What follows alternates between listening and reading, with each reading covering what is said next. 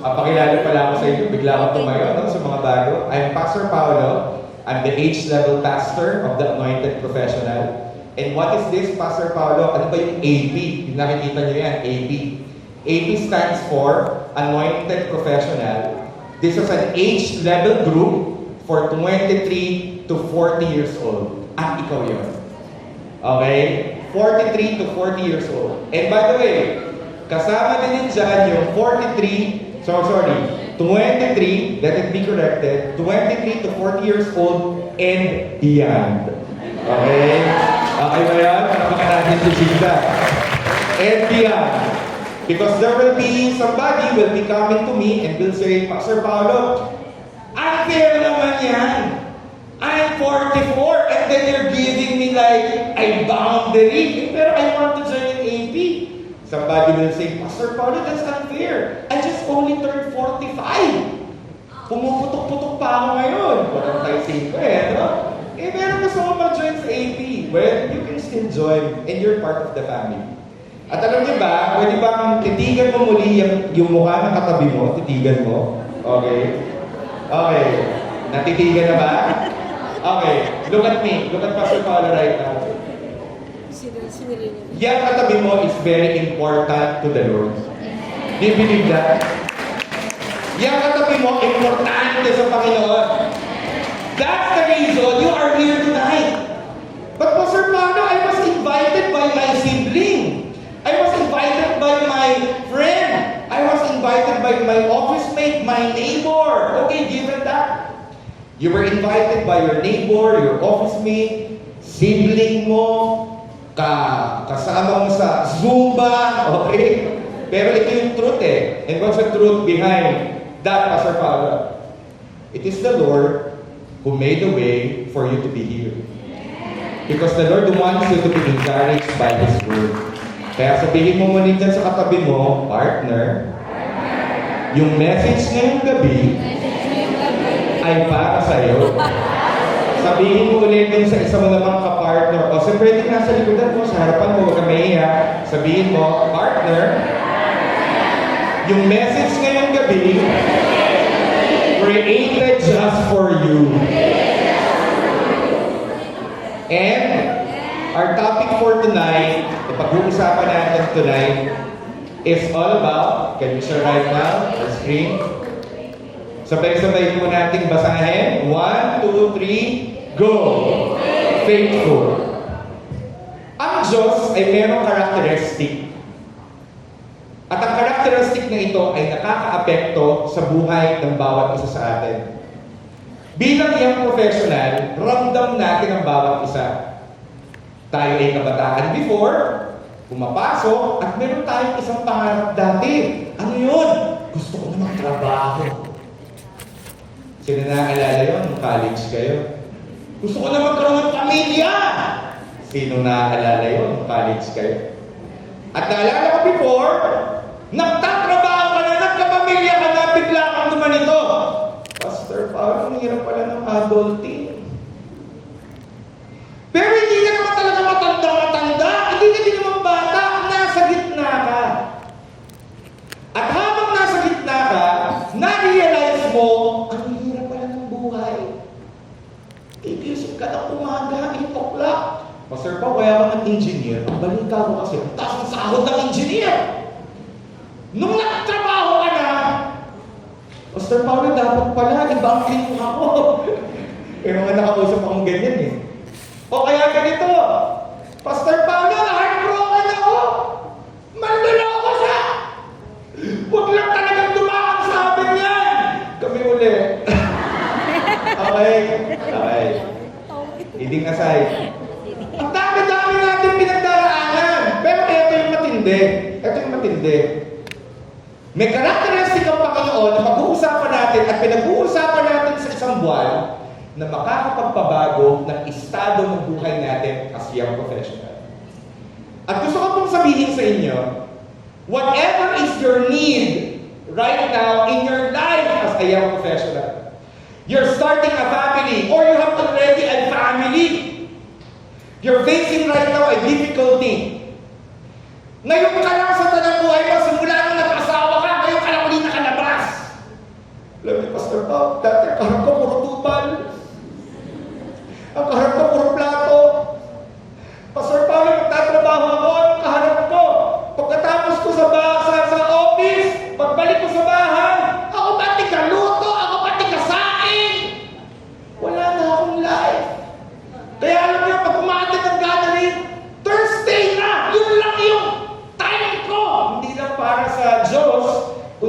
tayo para magpalakas kasama yung mga young professional. At alam niyo bakit hindi tayo tumitigil mag-gather ng young professional? Because the Lord has a great intention for our generation. Now, let me go back to our topic and how it is being related. Ang Panginoon, gusto niyang malaman mo at malaman ko na yung characteristic niyang faithful ay para sa atin. Nasabi ko to ng 10 Connect eh. Nung ikaw ay nag-a-adulthood na, wala namang nagturo sa'yo. Naalala ko dati, ang lahat ng sinabi sa atin, follow your dreams! Sige mag-asawa ka! Sige magpamilya ka! Sige gusto mo ito! Pero wala naman nagsabi na, pero may mga challenges kang kahaharapin. At nabanggit ko din ito ng 10 Connect. Yung edad natin, at ito yung binigil ng Panginoon sa atin ngayong buwang ito, ay madaming sigaw na ikaw lang ang nakakaalam. We're passing through difficulty. We are passing through hardship. And as young professional, how do you pass in that hardship and that trial? Are you passing that alone? And you're shouting. Alam niyo po, nangyari na sa akin yan. Kanina nga, nagpe-praying for one another kami. Tuwa ako sa prayer ni Josiah. Nasaan si Josiah? Josiah, thank you for the prayer for one another. Alam mo, tuwa ako, encourage ako. Alam mo, pastor ako, pero encourage ako sa prayer for one another. Kanina kayo ba, encourage din ba kayo ng Panginoon? Dumating ako sa part ng buhay ko na meron akong mga sigaw talaga na akong nakakaalam. Nagtatribe ako. Galing ako ng Banaba. Di pa kami nakatira. Wala namang nakakaalam na may pinagdaraanan akong problema. Pastor Pao, yung pastor po, ba't dumadaan din sa problema? Matakot din po kami. Para po sa information nyo. At alala ko ng time na yun, it was so heavy already. Taas dito yung mga lalaki, taas ang kamay. Lalaki. Yan. Pupogi po niyan. Ito ang characteristic ng lalaki. Pag may problema, hindi nagsasabi. Ang lalaki, pag may problema, nakaganto lang yan. Okay ka lang? Okay. Tara. At dumating ako sa time, wala akong mapagsabihan, kundi parang sasabog ako because I carry it alone. Nakaranas ako ng ganon for a moment in time. And then the Lord quickened me, whoops, Paulo, why are you carrying it alone? Why did you allow yourself to explode carrying this burden? Remember, I am faithful. And I remember the time I was driving, sobrang gulong-gulong ang isipan ko, I started to talk to God, and God told me, you know, Paulo, I know everything in your life. I know yung concerns mo sa family mo. I know your concerns in the ministry. I know your concerns in your business. Tell me everything. Unload it to me. Why? Because I am your partner. And my character is, I am faithful. At alam niyo, I will never forget that. I was passing along Balagtas and I was talking to God and I just encountered the presence of the Holy Spirit inside the car and I started to calm down. Alam niyo, yung professional, tayo, pag hindi na paalalahanan na tapat ang Diyos sa atin, sasabihin ko sa inyo, ang buhay ay gagawin natin by our own strength and by our own effort. And that is not the will of the Lord in our lives. So ngayon, ang tanong, Pastor Pablo, this is a question. How do you depend on God in difficult times? May problema ka sa health? May problema ka sa finances? May problema ka about marriage life? May problema ka about your business? May problema ka about personal life? All of these are difficult times, but don't forget! And I would like to give an emphasis that there is a God whose name is Jesus Christ, very concerned about you. Kaya sabihin mo sa katabi mo, hindi ka lalabas ngayong gabi na hindi ka kinatagpo ng Diyos. Palapakan mo si Lord! And this is my another question for tonight. What does seeking the Lord look like in your daily life? This is a problem. We all thought, nung nag-adopt tayo, nung tayo ay sumapak na sa buhay, we all thought, ganito ang tingin ng Diyos. O, Paolo, malaki ka na. O, diskarte mo na. At ang tingin natin sa Diyos, isang pulis. Sabihin mo, pulis. Isang supervisor. Sabihin mo, supervisor. Ano ang pulis? Eto ang tingin natin sa Diyos. Oh, mali yung ginawa mo, Pao. Hindi dapat ganyan. Naku, sorry po, Lord, Ito po, itatry ko ulit. Ang hina naman, Pao. Hindi ganyan yung tinuro ko sa'yo. Yun ang tingin natin sa Diyos kapag pulis ang Diyos. Ano naman ang supervisor? Lord, ang hirap naman ito. Lord, anong gagawin? Ang supervisor, ganito. Alam mo, diskubrihin mo, malaki ka na. Tama? Ganyan ang supervisor. Pero ang Diyos, hindi siya pulis, hindi siya supervisor, and we need to be reminded every day. And what is that, Pastor Pablo? That God is a Father. Alam mo si Caitlin, yung aking anak, teenager na po siya. Nagpaalam siya, manonood ng sine. Sabi ko yung sinong kasama, ay partner. Hindi ko matasabi. Parang ganun pala yung Tita Magic, Tita Emma. Ganun pala yun, parang, anak? I was so concerned. Alam mo, sabi ko sa kanya, pwede kang manood ng sine, kasama ko si Mama. Sabi ni Katie, naman, parang bakit ko na? Nakakabitbit ko si Mama doon sa sinihan. Sabi ko, hindi, samahan mo, CCTV. Okay. At ang puntos ko, bakit ko na-relate yun? Ba't mo kinuwento yung Pastor Paul? Kasi mahal mo ang anak ko! Kaya ka nandito ngayon, mahal ka ni Jesus. At si Jesus ang iyong Ama. Our everlasting Father. Kaya naman, ang Diyos na ating na nagpapakilala sa iyo ngayon, ang dami natin mga bago ngayon, mga kapitbahay, o office mate. Ang Diyos na nagpapakilala ngayon sa iyo ay may characteristic na hindi mo kailangan kalimutan. Tapat siya. Ano ibig sabihin ng tapat? Ang ibig sabihin ng faithful is trustworthy and dependable. Ano ba ibig sabihin ng trustworthy? Mapapagkatiwalaan. Alam niyo, right now, habang nagsasalita ako, may faith ang nadidevelop sa iyo eh. Ikaw ba yung pumunta dito parang lavender fields. So, nag-iindihan yung iba. Anong episode na? Episode 54 na po. Alam na iba. Bakit ko nabanggit yun? May kanta doon yung maskara. Narinig niyo ba yun? O, nakaka-relate yung iba. Nung nalaman, gets ka agad kita Pastor Pao. Naintindihan ko agad ang message. Alam mo ang tao, pwede hindi mo pagkatiwalaan. Pero ang Diyos, pagkatiwalaan siya. At ano pa? Dependable siya. Okay. Bakit ito yung character na hinahighlight natin sa pagiging faithful ng Panginoon? Because lalapit ka ngayon sa Diyos at nagpapakilala siya sa iyo at ang way na nagpapakilala ay ito, pakikitaan kita ng kabutihan ko para maniwala ka sa akin. Alam mo bakit yung iba hindi naniniwala sa Diyos?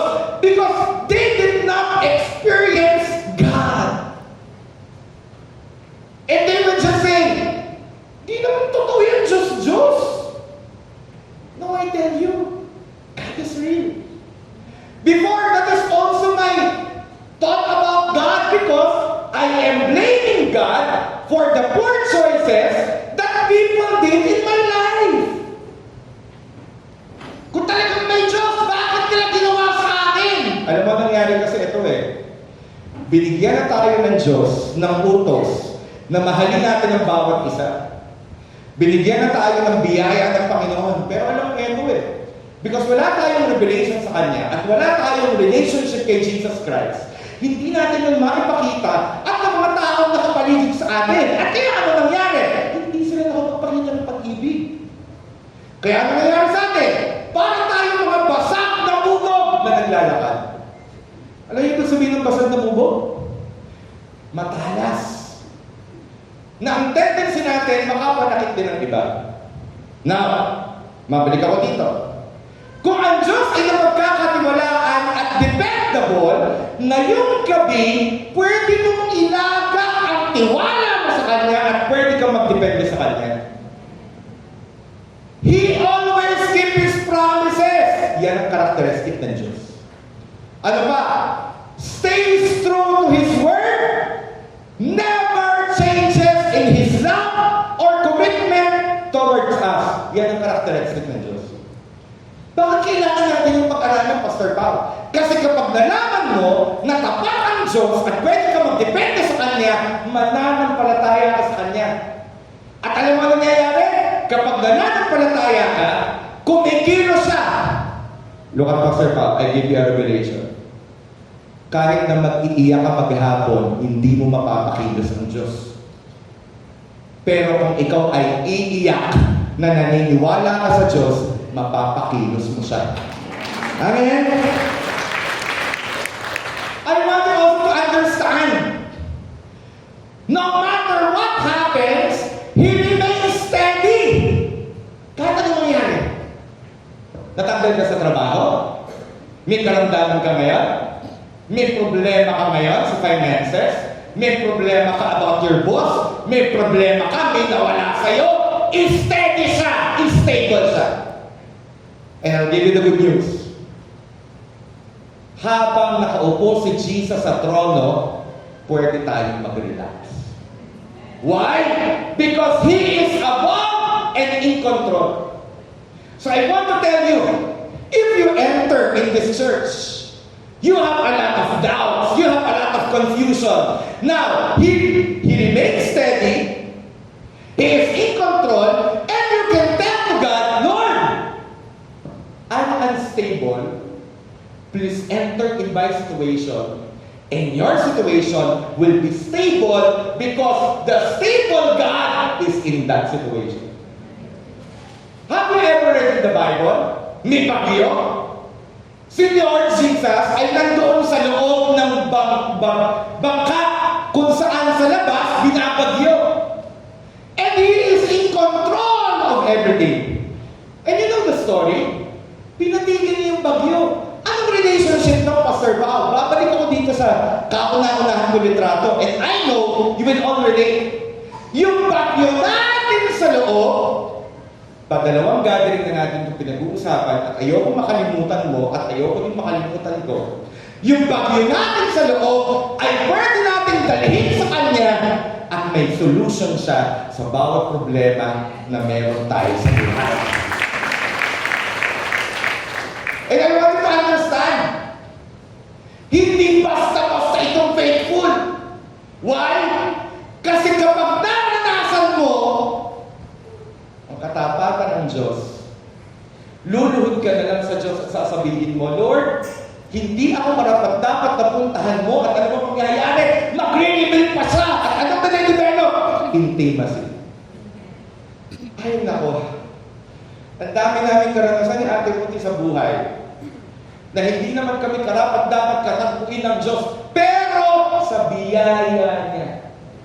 Alam mo, ngayong gabi nito, marami ditong kikilusan ng biyaya ng Diyos. Palakpakan natin si Lord. Saan ka naman nakakita si Ate Ruti?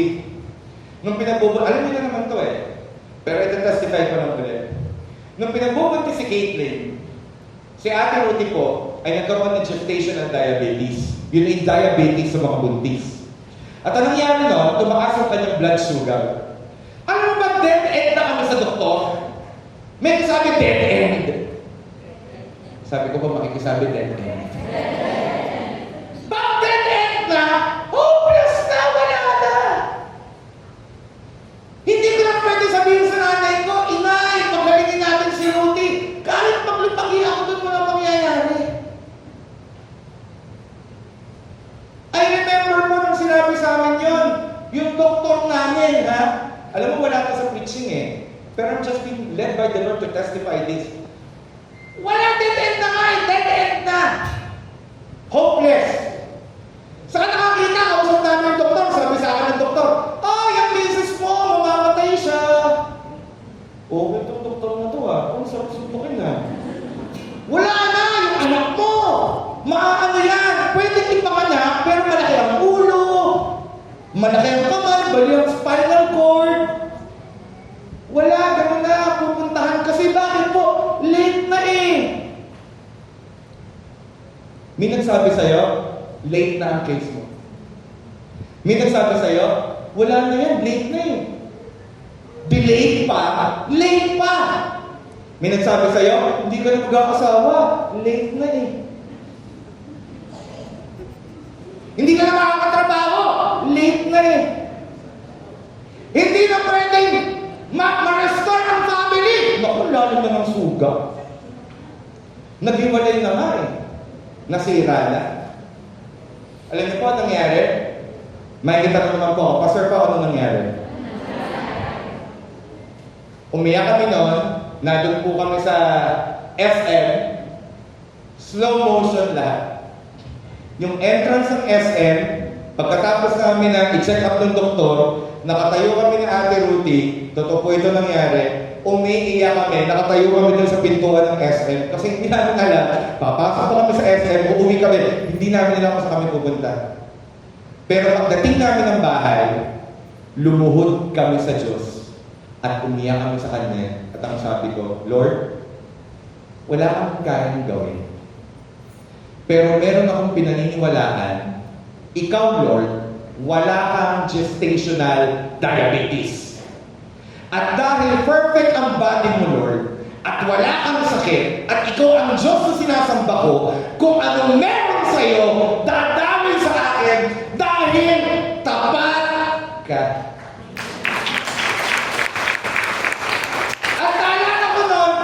Pinakamabigat namin problema, we worship. Hindi namin minagnify yung problem. Ano ba yung minagnify yung problem? Parang ganito, nakita ko si Eliza. Alam mo, Eliza, atin-atin. Ito, kasama mo lang sa prayer na. Bigat talagang pinagdaraanan ko yung talagang nangyari. Sabi ni Eliza, oo nga, Pastor pa. May nakita pa akong isa. Wing. Alam mo, ngayon na talaga grabe talaga Parang ano na talaga Wala, dead end na talaga ganun po ba, Pastor ka? Kinabukasan, nakita ko si Gemma. Gemma, grabe, talagang wala na Kinabukasan, nakita ko si Jonas. Kinabukasan, nakita ko si Tita Magic. At walang oras na hindi ang balik ko natin sa problema ko. Kaya ang ginawa ko, sinampa ko yung problema ko. Ang tinaas ko sa buhay ko yung problema ko. Pero alam mo, ang gusto ng Lord ngayon, pag-usapan mo, kausapin mo yung problema mo, at sabihin mo, problem! Alam mo ba na tayo nabibigat? Ano yung Pastor Pao? Denial ka sa problem mo? No! Hindi natin denial sa talagang may problema. Pero ito, dahil tapat ang Diyos at faithful siya, nananampalataya ka sa Diyos na kahit napakabigat ang problema, walang imposible sa Diyos. Fast forward, ano po nangyari? Nagpa-check up kami. By the way, nung gabi, nag-pray kami. Lord, ang blood sugar ay nasa bloodstream.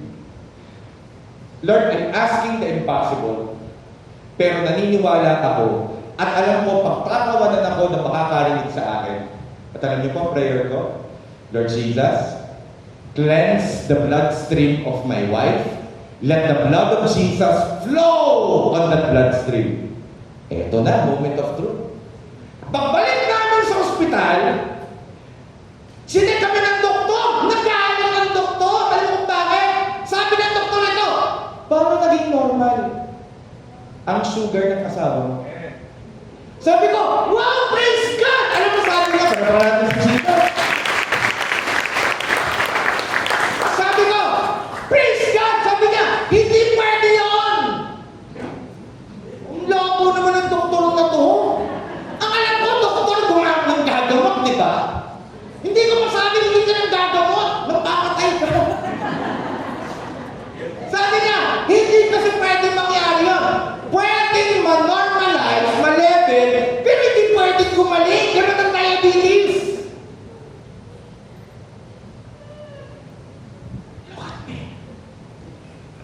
yung professional, babaan ang maskara.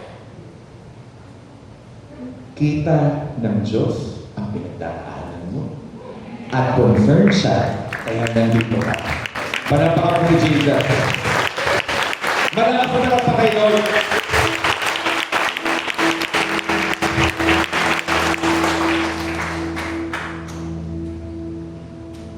Ang faithful, ang ibig sabihin niyan, mabuti.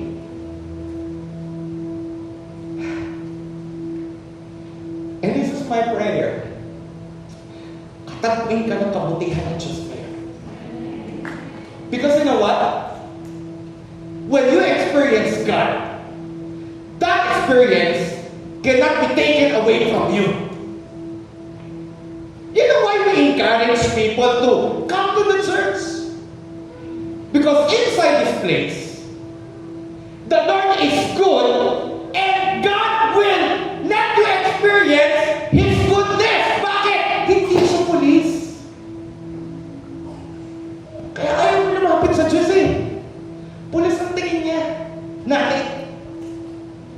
Kita na naman ang Diyos na magkakamali ka. Ay nako, nung naggumawa ka ng maling desisyon, hindi siya nagulat. Uy, Paulo! Wow! Nakakahiya pa. Bago mo pa man gawin, alam niya ang gagawin mo. You want a revelation? In your winning times, come to God! In your falling times, come to God. In your rejoicing times, come to God! In your sad times, come to God. In your discouraging times, come to God. In your hopeful times, come to God. Are you ready for this? Are you ready? I want you to read. Lamentations 3:25. I want you to look at your screen. We have a screen there. We also have a screen here. Before we read, look at me. Ito muna. Ready ka na? Huwag ka mag-ibigla. Baka hindi mo kaya ito. Ready kayong marinig yung sasabihin ka? Tatanggapin niya? Don't Pastor Pa. Love letter ito ni Jesus para sa iyo. Ngayong gabi. Pag sinabing love letter, sinulat niya para sa iyo lang. Ready na kayo? Tingin kayo sa akin. Ready na kayo? Itong pangakong to, written just for you. Don't doubt it. Don't doubt. Are you ready? The Lord is good. Wow. Woo!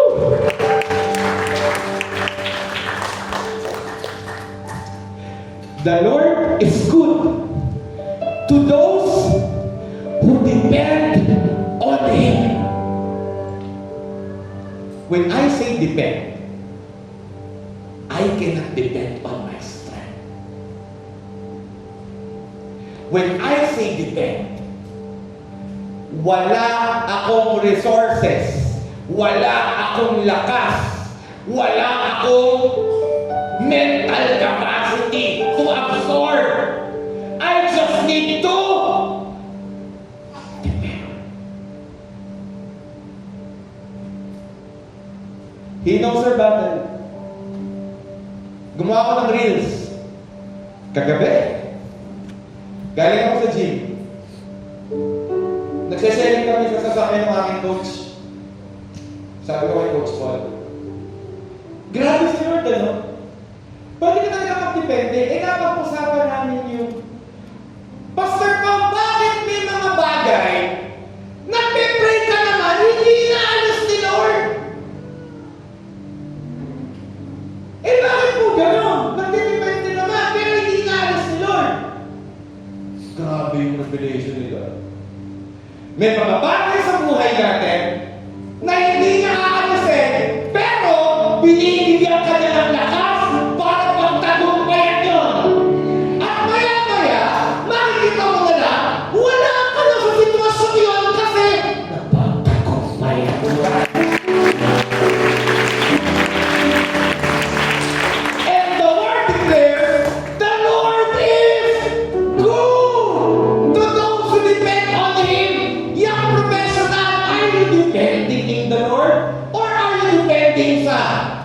credit card, bangko, trabaho, kotse, ipon.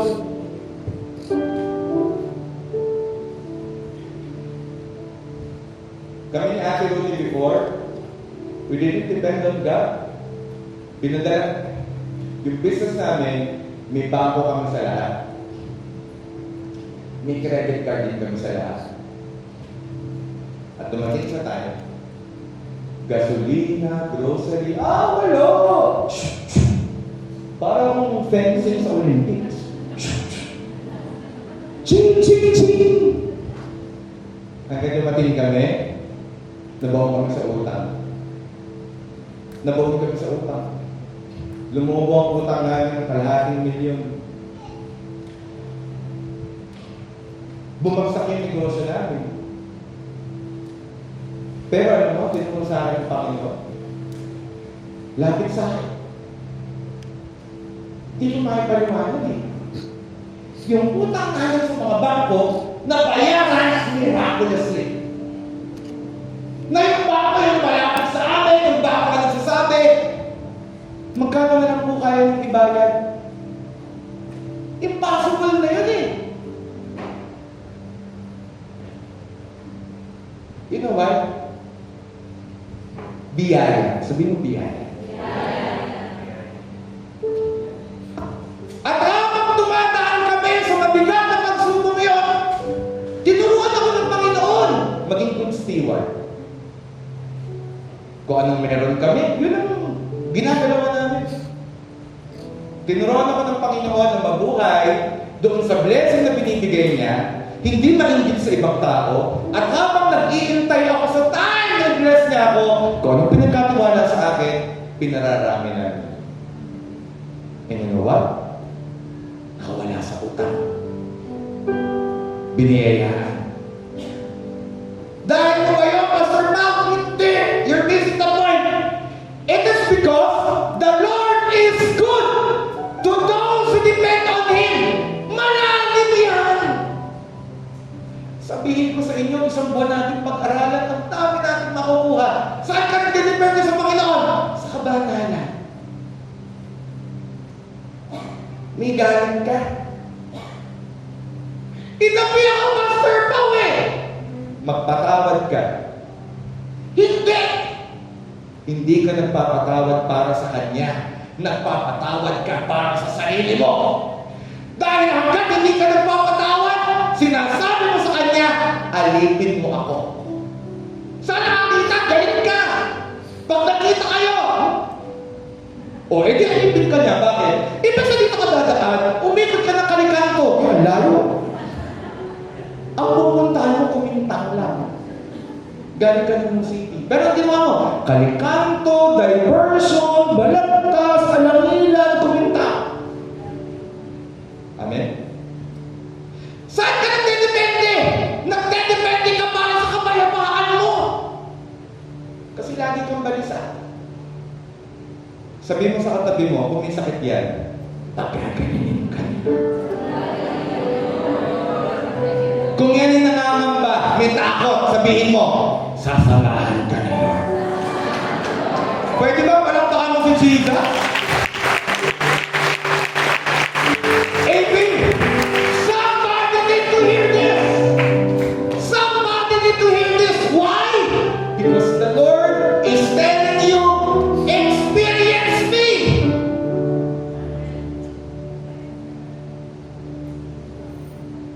Si Jinjan at si RJ, si Jonas at si Ses.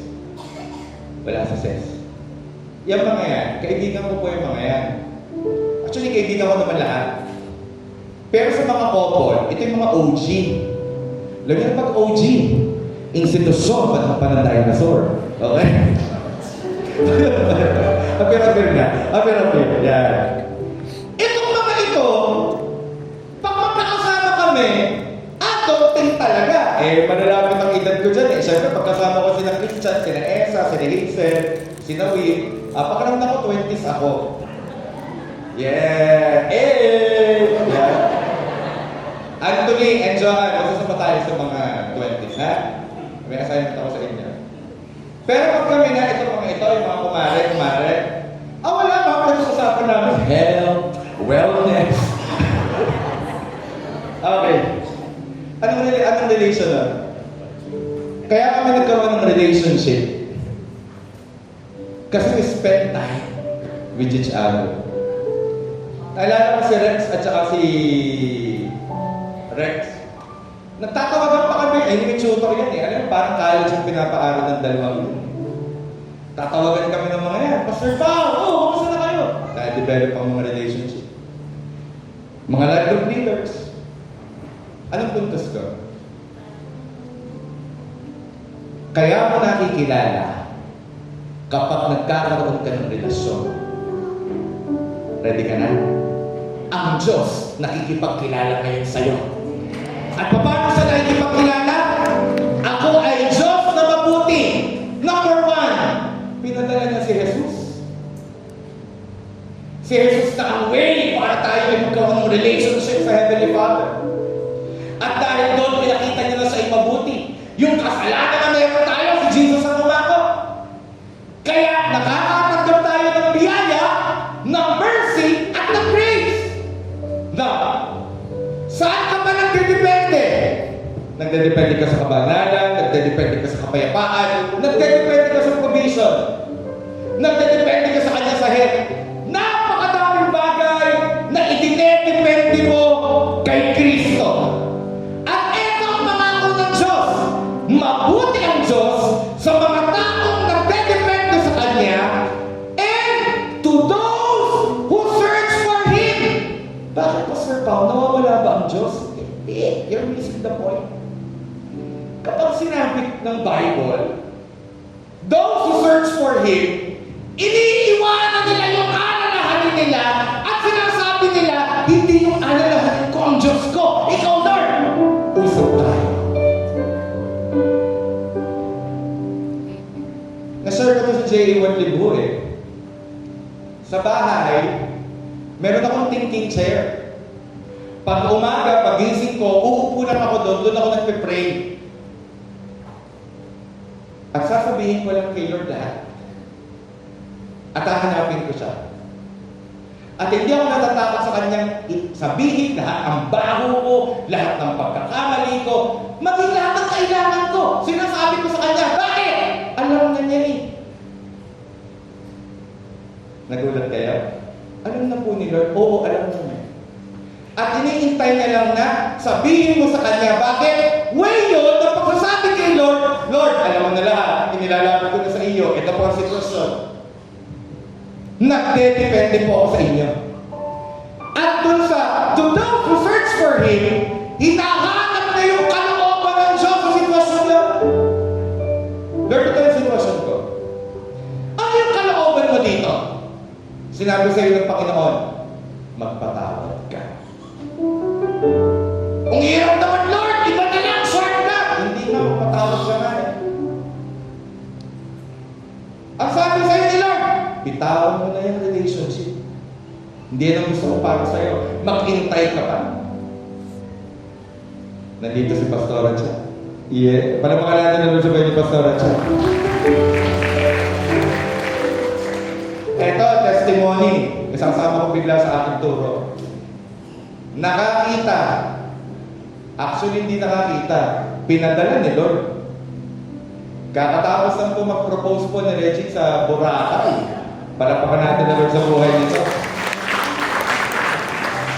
Sino pa? Si Lynn. At si Dexter.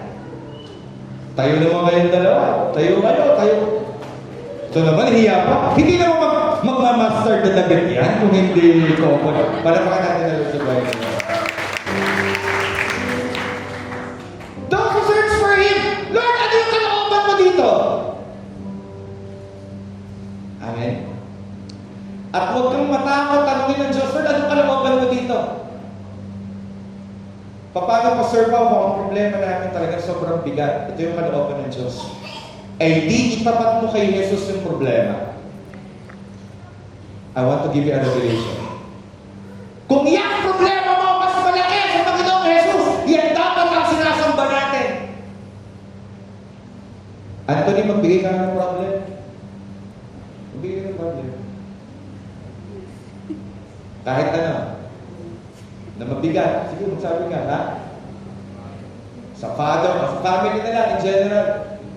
Eh, kung yung problema pa lang yan ay sa family, ay mas malaki sa Panginoong Jesus, eh di sana nang welcome po kayo sa labas. Welcome po sa AP, kung saan sinasamba natin ang problema sa pamilya. At alam mo, praise and worship tayo, ang kinakanta natin, problema sa pamilya. At alam mo, yeah!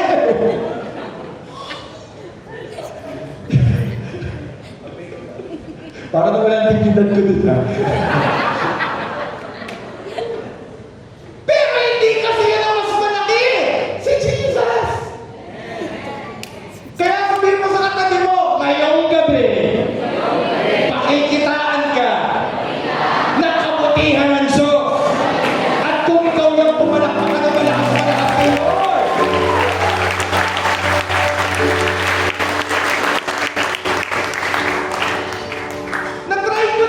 Natry ko na, Pastor Pao. Walang gumana.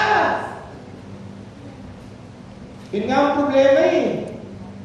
Natry na tayo na nag-try, eh, hindi natin tayo lumapit sa Diyos. Alam mo paano may iwasan yung poor choices in life? Ito kasi ang problema sa poor choices eh. Pag ginagawa kang maling desisyon, ang kasunod na desisyon niyan ay mali ulit.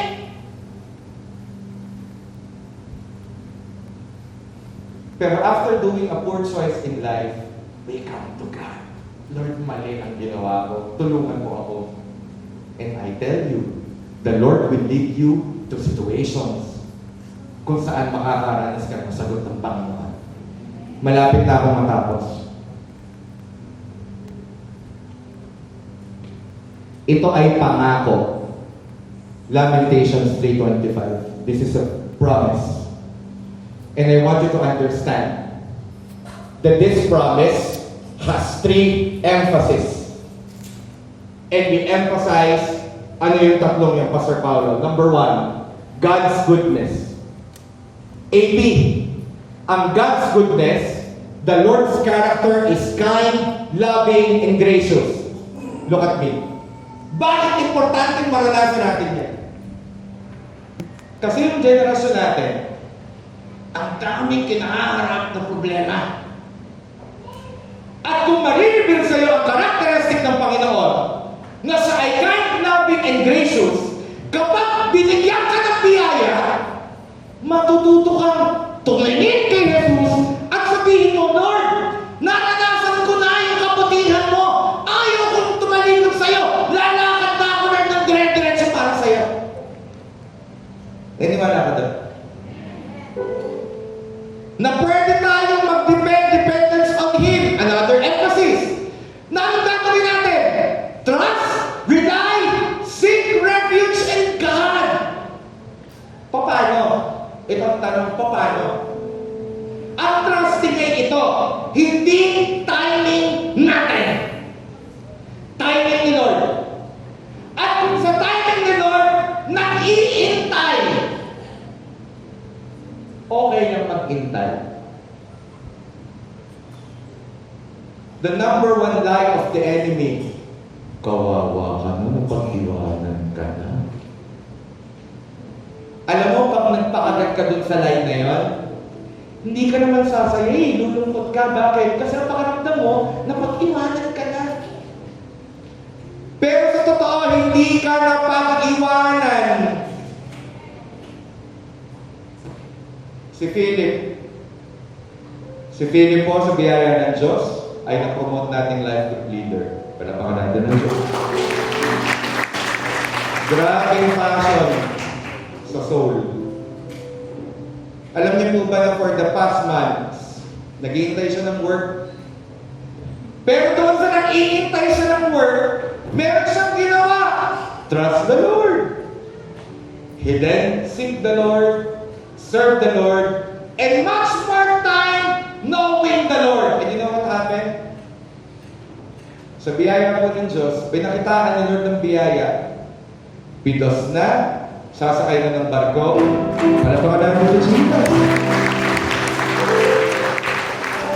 Pero eto, nagkukwentuhan kami, Buo sa kanya ang pagsakay niya ng barko, hindi dahil lang sa serpa, paserpa, alam mo naman ang pagsabar ko na, papayaman ako ng sobra-sobra. Hindi gano'n na nasa isip niya. Ano nasa isip niya? Paserpa, I'll be there. I know that I'm sent there for work, but I know my purpose. We'll start right now sharing your gospel, starting right now to witnessing to other people.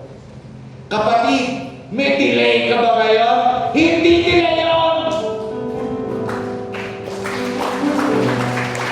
Pwede ba pa naman ako kisita?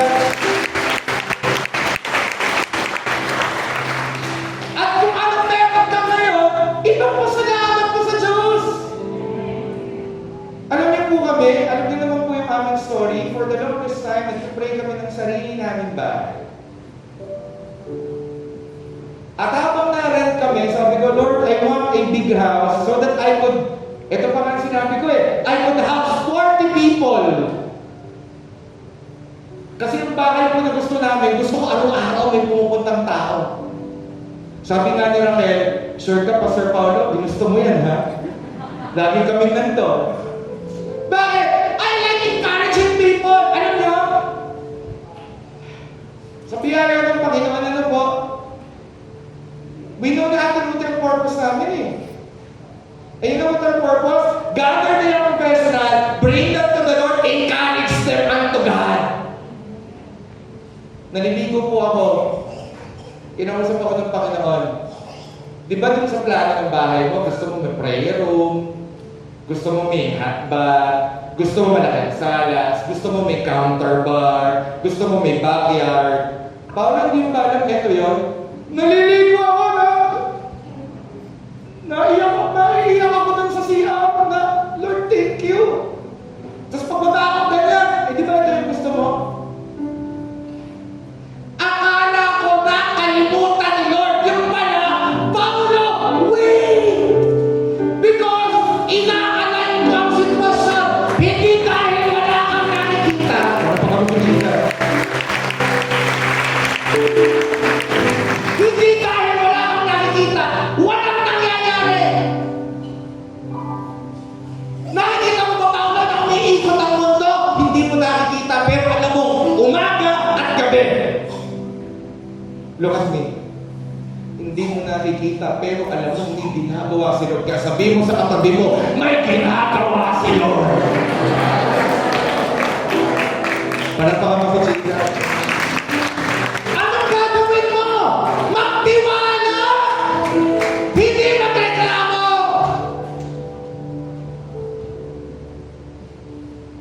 Lord, ang takal-takal naman.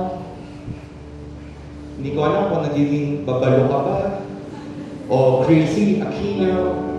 Lord, tagal na. At sasabihin mo, paano ba, Gemma? Lingahan dito, tanongin mo ako. Paano? Tumayo ka. Tapusin natin. Paano pag nag-pray? Ganun talaga, alam mo yun, guys. Lord, paano ba?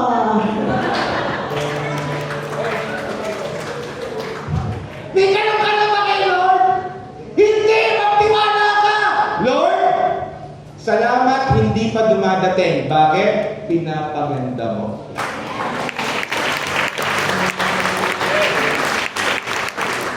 Testimony. Namatay po si Miss Chris, yung aming kaibigan sa amin yung 2 years sa katera. After namatay po niya, para makatulong sa pag-move on namin, nag-post ako sa Facebook na kailangan ko ng bahay na lilipatan. After 5 minutes, tumawag sa akin si Pastora Vicky. Pagkatawag na po sa akin, sinabi, Pastor Pao, Kuya Pao, doon na lang sa bahay namin. They renovated the house, pinapinturahan, pinaganda, and then we transfer. At yung bahay ko ay 300 square meters. Alam niyo ko ilan ang titira? 3. Kasama ko ang aking biyanan si Mami. Na kami po pag umaga, mahal! Ang layo ng travel time ko.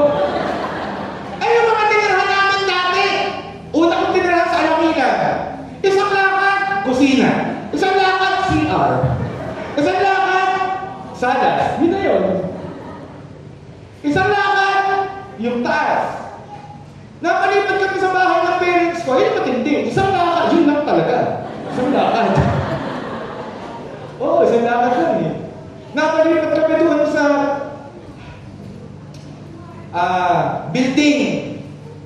Medyo mga dalawang lakad na.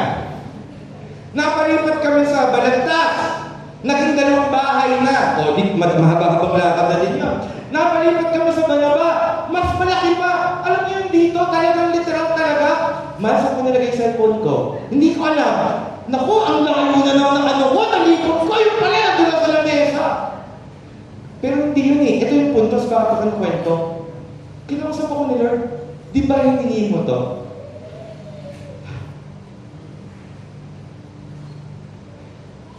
Ang sabi ko sa Lord, nakalimutan ko na eh. Pero binigay mo ba?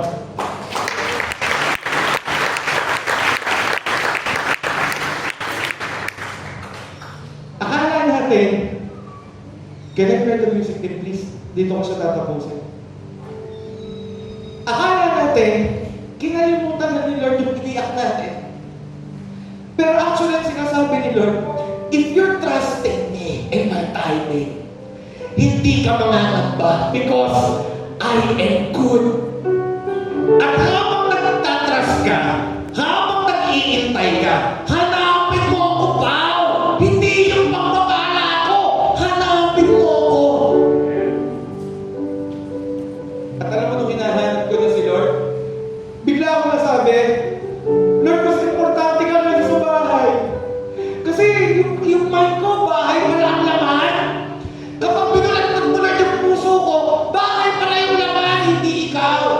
Pero nung tiniwala ako na kay Lord, alam mo siguro sabi ni Lord doon, yan, naintindihan mo ng principle ko. Hanapin mo ko, magtiwala ka sa akin, and my timing is perfect.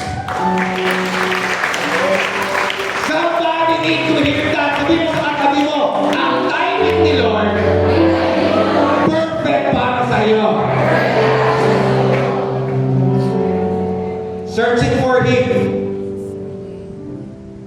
Habang nagdedepende tayo sa Kanya, we are pursuing intimacy.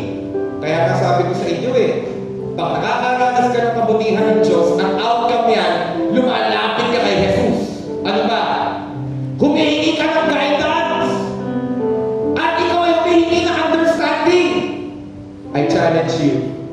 Paano mo gagawin? Starting ngayong gabi, bago ka matulog, taas ang kamay ng mag-asawahan. Taas ang kamay. Mag-asawa kayo. Taas ang kamay.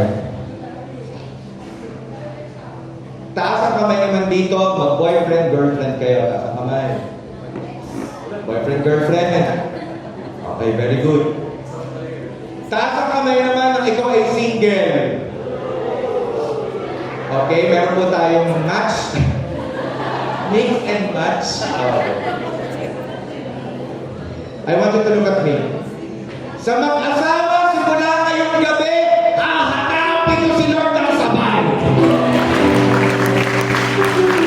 Spend time in prayer. Seek God. Go to God. Sa mga mag-boyfriend and girlfriend, don't let the evening end. Pray. Sa mga single, mag-pray ka. Kasi habang nagpe-pray ka, kinakausap ni Lord yung isa pang single.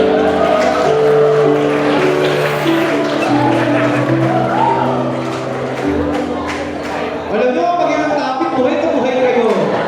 Para kayong cute. Tama ba, mga Pastora Joy? Sabi ko nga kay Pastora Joy, kay Vince, baliktad sa'yo, huwag mo na kayo mag-boyfriend. Pagdating sa 80, mag-boyfriend kayo, mag-boyfriend kayo. Pero may basta yung kalooban ni Lord. Wala pa kang si Jacob. Dito ko tatapusin yung alam mo, grabe si Lord. That is not part of the main message, pero dito ang gusto ni Lord na way natin Are you ready? Isaiah 40 verse 3. But those, 31, sorry. Isaiah 40 verse 31. But those who trust in the Lord will find new strength. New strength. Pastor Pao, napagod na ako dun sa problema namin. May good news ako sa'yo. Magtiwala ka kay Lord ngayon, makakahanap ka ng new strength. Mapapansin mo, hindi ka na yung iyak ng iyak. They will soar on wings like eagles. Ibig sabihin, kung ang baba-baba ka ng moral mo, itataas ni Lord ang moral mo.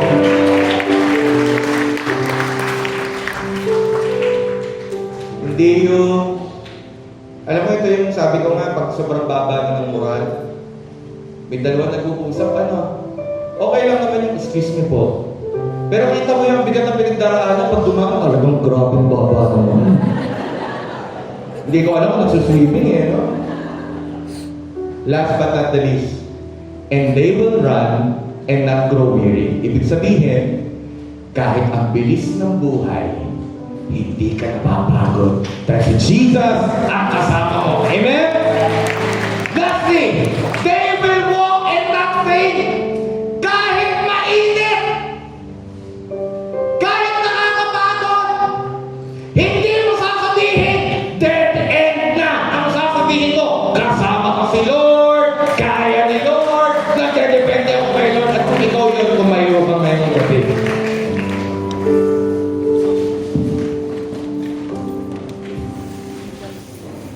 The Lord is good. Kindly tell yourself, the Lord is good to me. Hawakan mo yung puso mo at ibulong mo sa puso mo, the Lord is good to me. Pwede ka bang imbitahan ngayon na pumikit? Ramdam ka ni Lord.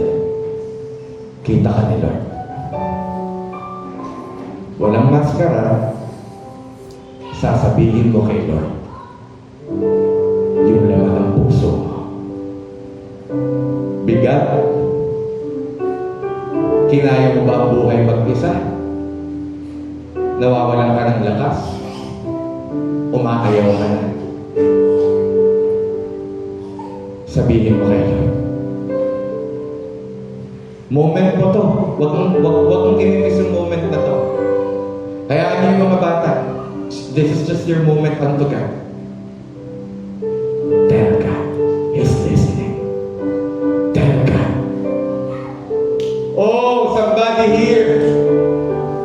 Ilang buwan mo nang dala-dala yan. God is telling you, give it to me. Tell God. Tell God. And as Lamentations 3 verse 25 declares, the Lord is good to those who depend on Him, to those who search for Him. And right now, magsusuko tayo ng buhay natin sa Panginoon. Tatanggapin natin siya bilang personal Lord and Savior sa mga bagong nandito. Huwag mong kayanan ng buhay, kapatid, mag-isa. Si Lord ang iyong lakas. Sabihin mo to na naririnig ng iyong tenga. Galing sa bibig mo pero galing sa puso mo din. Sabihin mo, Panginoong Jesus, lumalapit ako sa trono ng iyong biyaya. Nagpapakumbaba. Tanggapin mo ako, Panginoon, ngayong oras na ito. Patawarin mo ako sa lahat ng aking pagkukulang, sa lahat ng aking nagawang kasalanan. Linisin mo ako ng iyong makapangyarihang dugo. At ngayong oras na ito, tinatanggap kita bilang aking Panginoon at aking sariling tagapagligtas. Pumasok ka sa buhay ko. Maghari ka sa puso ko. Sa pangalan mo, Panginoong Jesus. Amen. Ako na lang mananalangin. Ama, sila ngayon ay tumanggap sa iyo. Lahat ng mga bagong nandito ngayon, Lord, inihiling ko, kilusan mo ngayon, Lord God, ano mang po ang pangangailangan nila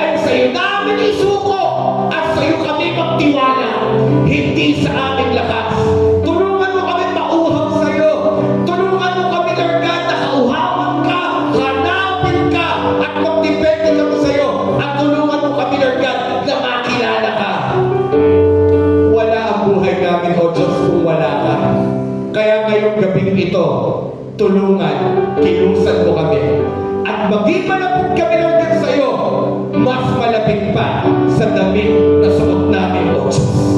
Salamat po, binubuksan namin ang aming puso sa iyo. Ang aming buhay ay sa iyo na, at sa iyo kami nagdidepende at nagtitiwala. Sa pangalan po ng Panginoong Jesus, itong aming dalangin na may pananampalataya. In Jesus' name, we pray. Amen and amen. Palapakan natin ang Panginoon. Bago ako po, kakamay ka po ng 7 persons. Ilan? 7 persons. At sasabihin mo sa kanya, tumanggap ako ng mabuting bagay kay Jesus. Go!